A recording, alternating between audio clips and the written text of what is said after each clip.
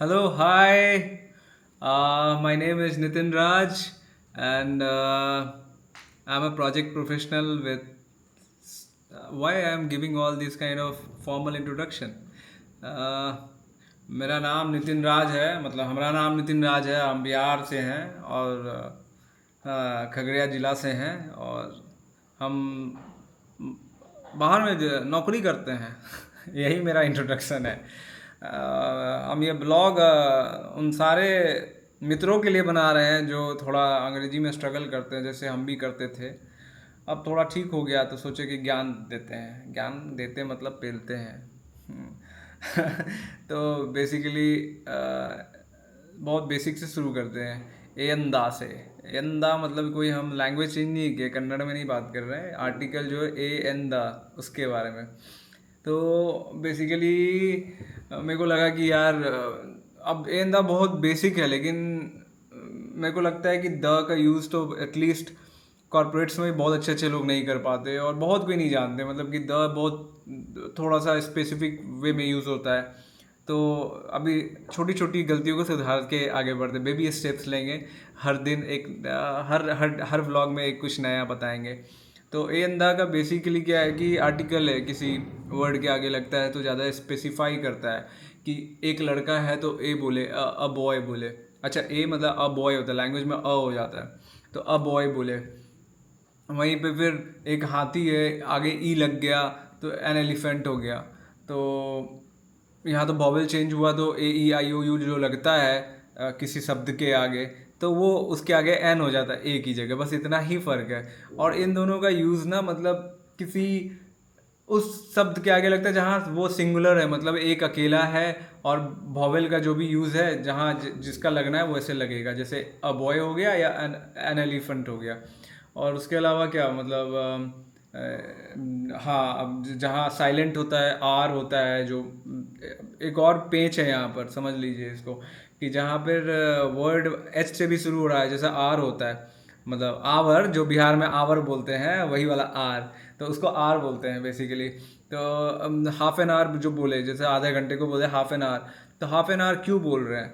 क्योंकि एच यहाँ पे साइलेंट है और हम बोल रहे ओ की तरह बोल रहे आर, तो हाफ एन आवर। तो इसीलिए तो मतलब वॉवेल सिर्फ आगे लिखा हुआ से नहीं होता है, प्रोनाउंसिएशन में भी जो है ना, अगर आप बोलते समय वैसे बोल रहे हो कि वो सुनाई दे ए ई आई ओ यू जैसा शुरुआत में, तो वो उसके आगे एन लग जाएगा। ठीक है, याद रखिएगा, बस इतना सही है ए और एन का।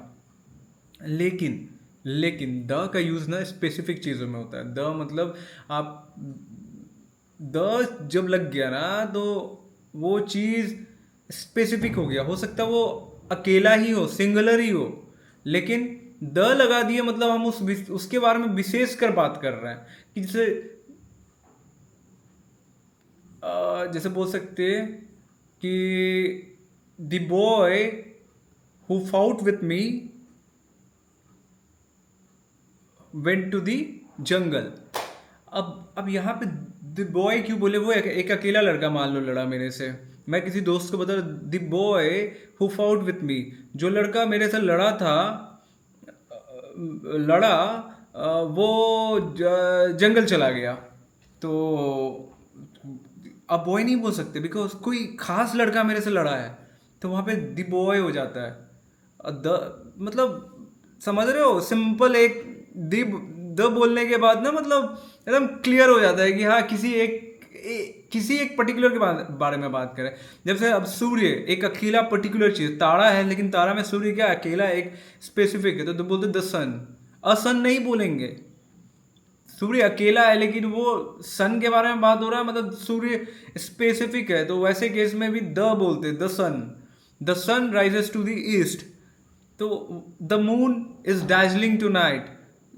तो समझ रहे हो, मतलब ऐसे चीज़ों में जहाँ सन के आगे द लग जाता है, मून के आगे, जो दुनिया में इकलौता पहचान रखता है ना, उसमें भी द लगता है। चीज़ में भी, जैसे द ताज, ताजमहल का नाम बोलते हैं, the Taj is a marble piece. तो यहाँ पे भी मतलब एक मॉन्यूमेंट है, एक इमारत है जिसमें कि द लग रहा है, बिकॉज वो एक अजूबा या कह सकते हो एक इकलौता है दुनिया में, बस इतना ही है ए एन द। और